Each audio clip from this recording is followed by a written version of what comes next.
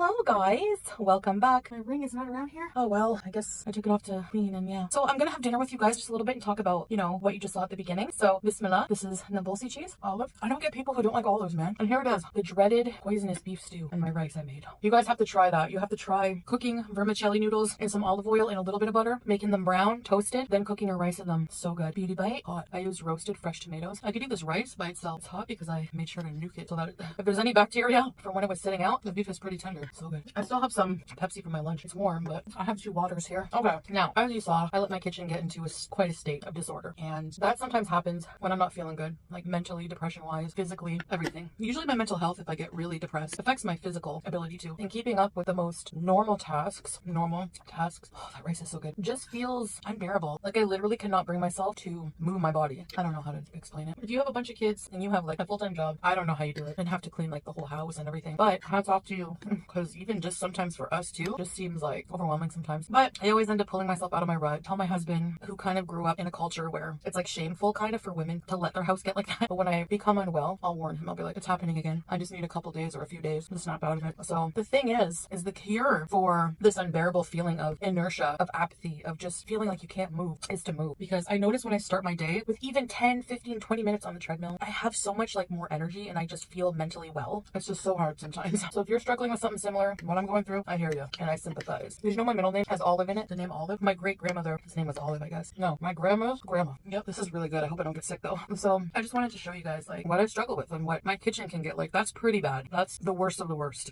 When it gets like this, I'll just make something to eat, won't bother to clean up after. And I do feel really guilty about it. But it's spotless from top to floor. I washed the floor twice. It's hopefully gonna stay that way from now on. I always say that, but let's just hope. So I just wanted to show you guys that, have a bit of dinner with you and show you my recipe. I will post the recipe in the description or in the comments, maybe as a pinned comment, just to show you guys like the recipe that I used. Man, it is very, very tasty. It would be such a shame to waste it. Like I let it simmer for a long time. I roasted tomatoes just to make this. I blended vegetables. I put a lot of work into it. It's not like I just threw something in the air fryer, but I was careless and I fell asleep. And this rice also, oh my gosh, I gotta put my rice recipe. It's delish. So I just want to thank you guys very much for watching me. And yeah, if you guys like cleaning videos, I don't really like to clean in hijab. It gets hot, but I can do some. And I can also, especially like before and afters, like my house before I clean, after kind of thing. I love watching those things. And the problem is like, there's a lot of like on TikTok, especially there's a lot of clean talks and people just, their house is perfect. And they have an organizer for everything. They have all these gadgets, organization gadgets. And these people, I don't know. I don't think it's the norm. I think most people don't live that way. And it kind of makes you feel kind of ashamed of how you take care of your own home. I mean, I let my kitchen get pretty bad, so I understand that, being ashamed of that, but not having an organizer for your cheese strings in your fridge and stuff like that, like whatever. I can't. When I see homes that are like really filthy, especially hoarding, it motivates me to clean. There goes my alarm to take my second metformin today, right after eating. Anyways, guys, thanks for watching and I'll see you in the future. Bye.